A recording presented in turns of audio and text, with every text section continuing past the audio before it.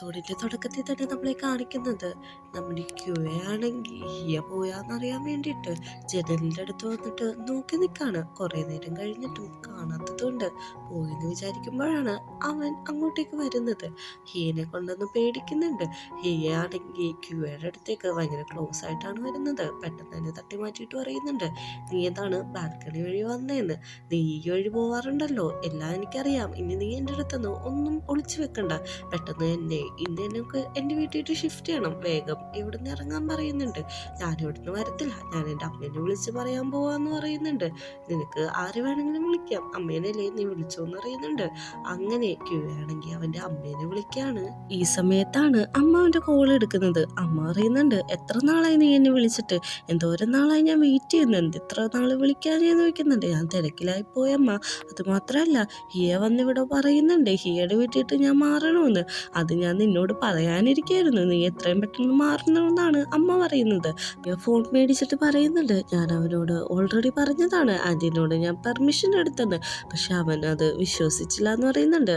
അവൻ്റെ അമ്മ എനിക്ക് പറയുന്നുണ്ട്, നീ എത്രയും പെട്ടെന്ന് മാറ്, അത് നിങ്ങളുടെ റിലേഷൻഷിപ്പിനെ ഏറ്റവും ബെറ്റർ ആക്കി വെക്കും. അതുമാത്രമല്ല, നീ ഒറ്റയ്ക്ക് താമസിക്കുന്നത് എനിക്ക് ഭയങ്കര ടെൻഷനുണ്ട്, നീ നോട്ട് ചെയ്യാന്ന് ആൻറ്റി വിളിച്ച് പറയാറുണ്ട് എന്നൊക്കെ പറയുന്നുണ്ട്. ഇതെല്ലാം കഴിഞ്ഞിട്ട് അവൻ കോള് കട്ട് ചെയ്തിട്ട് ഹിയനോട് പറയാണ്, ഓക്കെ ഞാൻ അങ്ങോട്ട് വന്നെങ്കിൽ നിന്റെ പെൻറ്റകനും എല്ലാം എനിക്ക് സ്വന്തമാക്കി തന്നെ, അത് നിനക്ക് പറ്റുമോ? അതിന് പറ്റുമെങ്കിൽ ഞാൻ നിന്റെ ഒപ്പം വരാമെന്ന് പറയുന്നുണ്ട്. ഹിയ ആണെങ്കിൽ ഒന്നും മിണ്ടാതിരിക്കുന്നതാണ് നമ്മളെ കാണിക്കുന്നത്. അടുത്ത സീനിൽ നമ്മുടെ ക്യൂ ആണെങ്കിൽ അവൻ്റെ ഫേവറേറ്റ് ബൈക്കും കെട്ടിപ്പിടിച്ചുകൊണ്ട് കരച്ചിലാണ്. എനിക്ക് നിന്നെ ഇനി ഓടിക്കാൻ പറ്റത്തില്ല, ഞാൻ എന്ത് ചെയ്യും എന്നൊക്കെ പറഞ്ഞിട്ട് ഡിയോ പറയുന്നുണ്ട്, നീ ഇത്ര ഡ്രാമാറ്റിക് ആവേണ്ട ആവശ്യമൊന്നുമില്ല, നിനക്ക് ഹിയനോട് സത്യമൊക്കെ പറയാൻ പാടില്ലെന്ന്, അതൊന്നും നടക്കുന്ന കാര്യമല്ല. ഇന്നലെ തന്നെ എന്നെ അങ്ങോട്ട് കൊണ്ടുപോകാതിരിക്കാൻ ഞാൻ പെൻറ്റകളും കാര്യങ്ങളും വേണമെന്ന് അറിഞ്ഞപ്പോഴേക്കും അത് തരാം, അത് ഞാൻ നിനക്ക് തന്നത് ഒരു വെഡിങ് ഗിഫ്റ്റ് പോലെയാണ്, എല്ലാം ഞാൻ നിന്റെ പേരിലേക്ക് ആക്കാം, നീ അതൊക്കെ നല്ല രീതിക്ക് നോക്കി നടത്തണമെന്ന് പറയുന്നുണ്ട്. അങ്ങനെ നമ്മുടെ ക്യൂ ഒക്കെ ഇരട്ടി പണിയാണ് കിട്ടിയേക്കുന്നത്. കാരണം ഇതിന് നമ്മുടെ ഹിയ സമ്മതിക്കില്ലെന്ന് വിചാരിച്ചുകൊണ്ട് തന്നെയാണ് ക്യൂ അത് ചോദിച്ചെങ്കിലും അവൻ്റെ ഉദ്ദേശം മാറിപ്പോയായിരുന്നു. അങ്ങനെ പറയുന്നുണ്ട് നമ്മുടെ ഡിയോ പറയുന്നുണ്ട്, അന്ന് ബാറിൽ വെച്ചിട്ട് എന്നെ പിക്ക് ചെയ്യാൻ വന്നത് എന്നാണ്, ഞാൻ പുറത്തേക്ക് ഇറങ്ങിയപ്പോൾ ഓൾറെഡി അവിടെ നിൽക്കുന്നുണ്ടായിരുന്നു. അതിനർത്ഥം നമ്മുടെ ഹിയമെല്ലാം അറിഞ്ഞിട്ടുണ്ട്, എല്ലാവരും ഇത് അറിഞ്ഞു, അതുകൊണ്ടാണ് നിന്നെ അങ്ങോട്ടേക്ക് മാറ്റുന്ന കാര്യത്തിൽ ഇത്രയും പെട്ടെന്ന് തീരുമാനമെടുത്തെന്ന് പറയുന്നുണ്ട്. അങ്ങനെ നമ്മുടെ ഇന്നും ഹിയയും കൂടി സംസാരിച്ചുകൊണ്ടിരിക്കുകയാണ്. നമ്മുടെ ക്യൂയൊക്കെ ബൈക്ക് റേസ് ചെയ്യുന്ന സ്ഥലം ഓൾറെഡി ഇവരുടെ പേരിലാണ്, അതിൻ്റെ വർക്കും കാര്യങ്ങളൊക്കെ നടന്നുകൊണ്ടിരിക്കുകയാണ്. നമ്മുടെ ഇന്നു വയ്ക്കുന്നുണ്ട്, നിങ്ങളുടെ ഷിഫ്റ്റിങ് കാര്യങ്ങൾ എന്തായെന്ന് എത്രയും പെട്ടെന്ന് മാറുമെന്ന് പറയുന്നുണ്ട്. അത് മാത്രമല്ല ഡിയോക്കും ഇങ്ങനെ എന്തെങ്കിലും സീക്രട്ടീവ് സ്വഭാവം ഉണ്ടാവും, നീ അന്വേഷിക്കാൻ പറയുന്നുണ്ട്. ഇത് കേട്ട നമ്മുടെ ഇന്നാണെങ്കിൽ അന്വേഷിക്കുന്നുണ്ട്. അങ്ങനെ നമ്മളെ കാണിക്കുന്നത് ക്യൂ ആണെങ്കിൽ ഫുട്ബോൾ കളിക്കാൻ വന്നേക്കാണ്. കോച്ച് പറയുന്നുണ്ട്, ഇവിടെ പെനാൽറ്റി ഷൂട്ടാണ് നടക്കുന്നത്, ഗോളി നന്നായിട്ട് പ്ലേ ചെയ്യുന്ന ഒരാളാണ്, കാരണം അവനെ വെട്ടിച്ച് അതിനുള്ളിട്ട് ഗോൾ അടിക്കാൻ പറ്റത്തില്ല, നിങ്ങൾ നല്ല രീതിക്ക് ഗോൾ അടിക്കണമെന്ന് അറിയുന്നുണ്ട്. എല്ലാവരും അങ്ങനെ ഗോൾ അടിച്ച് ട്രൈ ചെയ്യുന്നുണ്ട്, ആരുടെ ഗോളും അകത്തേക്ക് പോകാതെ. ഗോളിയാണെങ്കിൽ അത് തടയുന്നുണ്ട്. ഇനി എൻ്റെ വജ്രായുധം ഇറക്കാൻ പോണെയാണ്, അത് നമ്മുടെ ക്യൂ എന്ന് പറയുന്നുണ്ട്. ക്യൂ ആണെങ്കിൽ ഈ സമയം ചത്തുകുത്തിയിരിക്കുന്ന അവസ്ഥയിലാണ്. എടാ നിന്റെയാണ് വിളിക്കുന്നത് എല്ലാവരും പറയുന്നുണ്ട്. അങ്ങനെ നമ്മുടെ ക്യൂ ചെന്നിട്ട് ആ ഗോള് അടിക്കുകയാണ്. അവൻ്റെ ഭാഗ്യവശാലാണോ എന്താണെന്നറിയില്ല, ഗോളുള്ളിട്ട് പോകുന്നുണ്ട്. എന്നിട്ട് നമ്മുടെ ക്യൂയുടെ കാലിലിട്ടേക്കുന്ന ബൂട്ട് ഗോളിയുടെ കയ്യിൽ ക്യാച്ചായി പിടിക്കാണ്. ഇത് കാണുന്ന എല്ലാവരും ചിരിച്ച് ഭയങ്കരമായിട്ട് കൈയടിക്കുന്നുണ്ട്. അങ്ങനെ അവർ ആ മത്സരത്തിൽ വിൻ ചെയ്തേക്കാണ്.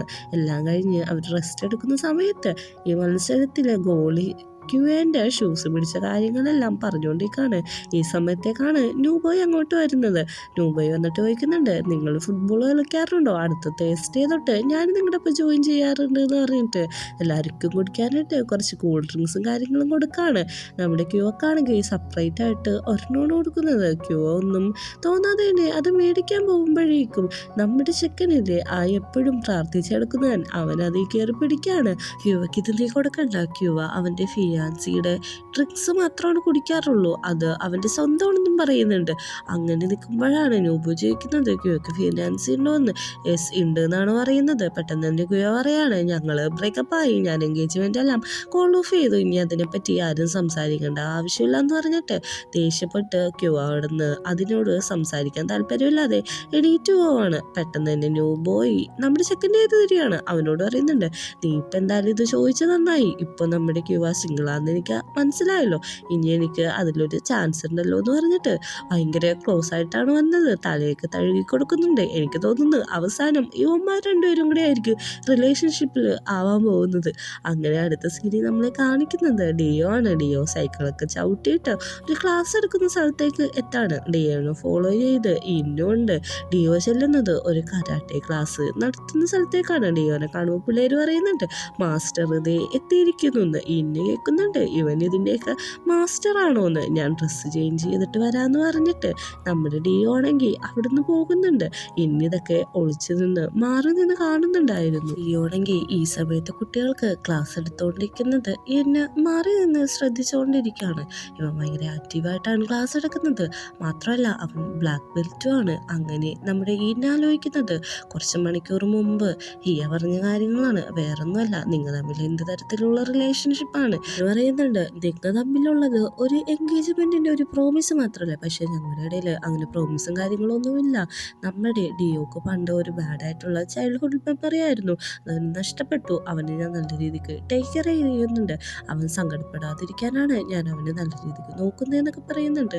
ഇത് നമ്മുടെ ഇന്നോട് ഇന്ന് ആലോചിക്കുന്നുണ്ട്.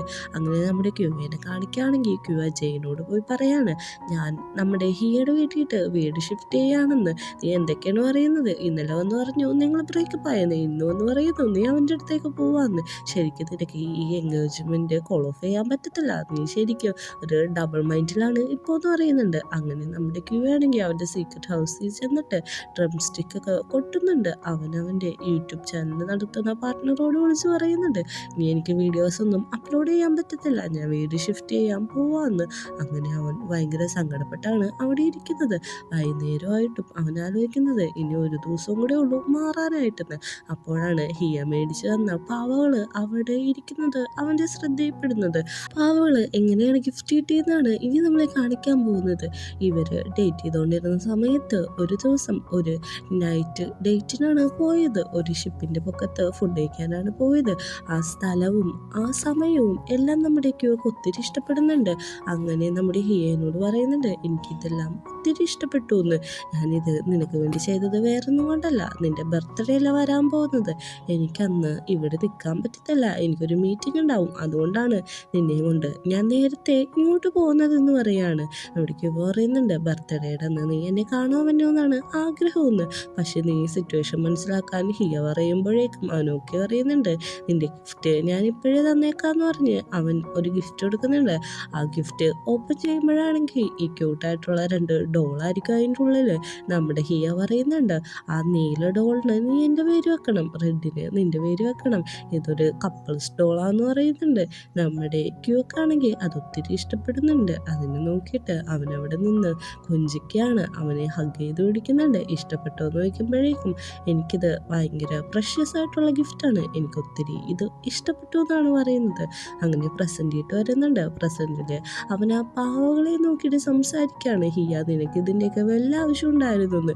പിന്നെ കുറച്ച് സമയം കഴിയുമ്പോൾ ആ പാവകൾ ക്യാരക്ടേഴ്സായിട്ട് മാറിയിട്ട് അവൻ സംസാരിക്കുകയാണ്, നീ എന്തിനാണ് എന്നെ കൊണ്ടുപോകുന്നതെന്ന് ചോദിക്കുന്നുണ്ട്. നിന്നെ അവിടെ കൊണ്ടുപോയിട്ട് ടോർച്ചർ ചെയ്യാൻ വേണ്ടിയിട്ടാന്നൊക്കെ പറഞ്ഞ് വെറുതെ ഇരുന്ന് സംസാരിച്ചുകൊണ്ടിരിക്കുകയാണ്. അങ്ങനെ പിറ്റേ ദിവസം രാവിലെ ആകുമ്പോഴേക്കും ഹിയ നമ്മുടെ ക്യൂവിനെ പിക്ക് ചെയ്യാനായിട്ട് ഓൾറെഡി അവൻ്റെ വീട്ടിൽ വന്നിട്ടുണ്ടാവും. ആൻറ്റി പറയുന്നുണ്ട്, നല്ല കുട്ടിയായിട്ട് ഇരിക്കണം, അതുമാത്രമല്ല ഇവനെ കൊണ്ട് അവിടെ എന്തെങ്കിലും പ്രശ്നം ഉണ്ടായിട്ടുണ്ടെങ്കിൽ എന്നെ അപ്പം തന്നെ വിളിക്കണം, ഞാൻ വന്ന് ടേക്ക് കെയർ ചെയ്തോളാന്ന് പറയുന്നുണ്ട്. നമ്മുടെ ഹിയ പറയുന്നുണ്ട്, ആൻറ്റി ഒന്നും കൊണ്ട് മേടിക്കണ്ട, ഞാൻ ഇവനെ നല്ല രീതിക്ക് നോക്കിക്കോളാം. ഇനി നമ്മുടെ ക്യൂവ ന്യൂട്ടിയായിട്ടുള്ള ക്യൂവ ആയിരിക്കില്ല, നല്ല കുട്ടിയായിട്ട് മാറുമെന്നും കൂടി കൂട്ടിച്ചേർക്കാണ്. അങ്ങനെ അവിടെ നിന്ന് സംസാരം എല്ലാവരും കൂടി കഴിഞ്ഞിട്ട് അവിടെ നിന്ന് ക്യൂവയും ഹിയയും കൂടി പോരാണ്. അവർ രണ്ടുപേരും കൂടി കാറിലാണ് പോകുന്നത്. കാറിൽ കയറിയിരുന്നിട്ടും ക്യൂവക്ക് വലിയ രീതിയിൽ സങ്കടമാവാണ്. അവനാണെങ്കിൽ ആ പാവക്കുട്ടികളെയും കെട്ടിപ്പിടിച്ച് അവിടെ ഇരുന്നു ഒരു കരച്ചിലോടങ്ങാണ്. ഇത് നമ്മുടെ ഹിയാണെങ്കിൽ നോട്ട് ചെയ്യുന്നുണ്ട് ഇവനിങ്ങനെ കരയുന്നത്. അങ്ങനെ രണ്ടുപേരും കൂടി ഡ്രൈവിങ്ങിന് ശേഷം വീട്ടിലെത്താണ്. വീടാണെങ്കിൽ ഒരു വലിയ വീടാണ്. അവന് അത് കാണുമ്പോൾ തന്നെ ഒത്തിരിയായിട്ട് ഇഷ്ടപ്പെടുന്നുണ്ട്. ഉള്ളൊക്കെ ആണെങ്കിലും നല്ല ആംബിയൻസ് ആണ്.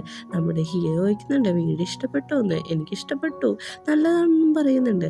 എന്നാ നമുക്ക് നിന്റെ മുറി കാണാമെന്ന് പറഞ്ഞ് ഒരുമിച്ച് പോകാണ്. പോകുന്ന വഴിക്ക് ഹിയ പറയുന്നുണ്ട്, നിനക്ക് ഈ വീട്ടിൽ എവിടെ വേണമെങ്കിലും താമസിക്കാം, പക്ഷെ ഇവിടെ ഒരു മുറിയുണ്ട്, ആ മുറിയുടെ അടുത്തേക്കോ അത് തുറക്കാനോ പാടില്ലെന്ന് പറഞ്ഞിട്ട് ഒരു ഒരു മുറി ചൂണ്ടിക്കാണിക്കൊടുക്കാണ്. അത് കാണുമ്പോൾ തന്നെ നമുക്കും ഉള്ളൊരു ടെൻഡൻസിയാണ് ഒരാളെ ചെയ്യരുതെന്ന് പറഞ്ഞ കാര്യം ചെയ്യാനായിട്ട്. എല്ലാവർക്കും ഭയങ്കര ആഗ്രഹമായിരിക്കില്ലേ? അതേപോലെയും നമ്മുടെ ക്യുവ മനസ്സ് വിചാരിക്കുകയാണ്, ഓക്കെ എന്നാൽ ഞാനത് തുറന്നിട്ടേ കാര്യമുള്ളൂ എന്നുള്ള രീതിയിലാണ് അവൻ്റെ മുഖഭാവം. പക്ഷെ തിരിഞ്ഞിട്ട് നമ്മുടെ ഹിയാണ് ചിരിക്കുന്നുണ്ട്. അപ്പോഴാണ് നമുക്ക് മനസ്സിലാവുന്നത് ഇവൻ കരുതി കൂട്ടിയാണ് അത് തുറക്കരുത് എന്ന് പറയുന്നത്. എന്നാലല്ലേ അവനത് തുറക്കുള്ളൂ. അങ്ങനെ റൂമിലെത്തുമ്പോഴേക്കും ചോദിക്കുന്നുണ്ട്, റൂം ഇഷ്ടപ്പെട്ടോ എന്ന്. എനിക്ക് ഇഷ്ടപ്പെട്ടു, ഇതൊരു നല്ല റൂമാന്ന് പറയുന്നുണ്ട്. നമുക്ക് വേണമെങ്കിൽ അവിടെയുള്ള ഷെൽഫെല്ലാം തുറന്നൊക്കെ നോക്കുകയാണ്. അങ്ങനെ വാർഡ്രോബ് തുറക്കുന്നുണ്ട്. വാർഡ്രോബ് തുറക്കുമ്പോഴാണെങ്കിൽ അതിൽ ലിന്നിൻ്റെ ഡ്രസ്സാണ്, അതായത് ഹിയ ലിന്നിൻ്റെ ഡ്രസ്സാണ് നിറച്ചിരിക്കുന്നത്. ഹിയ നിൻ്റെ ഡ്രസ്സ് എന്താണ് ഇവിടെ നോക്കുമ്പോഴേക്കും നമ്മളെ ഇനി തൊട്ട് ഒരുമിച്ചാണ് താമസിക്കാൻ പോകുന്നത്, ഞാനും ഇവിടെ തന്നെയാണ്, നീ ഇവിടെ തന്നെ എന്ന് പറയുന്നുണ്ട്. ഇത് കേൾക്കുന്ന ക്യുവക്കാണെങ്കിൽ ഒത്തിരി ഷോക്കാവുന്നുണ്ട്. ഇവിടെയാണ് നമ്മൾ ഒരുമിച്ച് ഉറങ്ങാൻ പോകുന്നതെന്നും പറഞ്ഞിട്ട് ബെഡിൽ തട്ടി കൂടി കാണിക്കാണ്. ഇതും കൂടി അറിഞ്ഞ ക്യുവാണെങ്കിൽ ഷോക്കായി നിൽക്കുന്നുണ്ട്. ഈ സീനും കൂടി കാണിച്ചിട്ടാണ് 4ാമത്തെ എപ്പിസോഡ് അവസാനിക്കുന്നത്.